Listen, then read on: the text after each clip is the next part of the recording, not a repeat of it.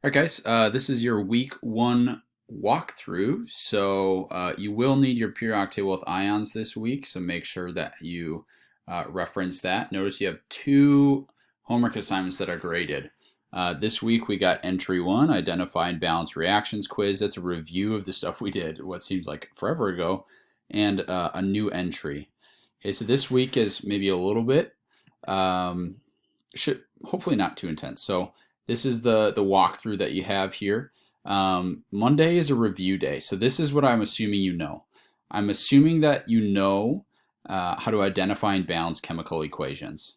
That's what we did 2 weeks ago. So Monday, take whatever time you need to review, or if you're ready to go, on Monday, these are the things. There's an online practice balancing game. You can look at the reaction type posters that previous years had made. There's some practice problems that I'd recommend trying at least, and then correct them with a key or watch a walkthrough. Now, you'll see this for everything. Is that for every problem set we have, there will be a video walkthrough and a key. Okay, so that's Monday. Just getting acclimated, review the material. Tuesday, identifying and balancing reactions quiz. There, you get one attempt at it.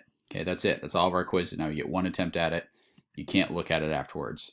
Now, Wednesday, we are learning how to predict products. So if you need to, click on this link, and there's a really nice walkthrough about how to crisscross for ionic compounds, which you'll need for 3 of our reaction types: synthesis, single, and double replacement. Wednesday, you're taking notes.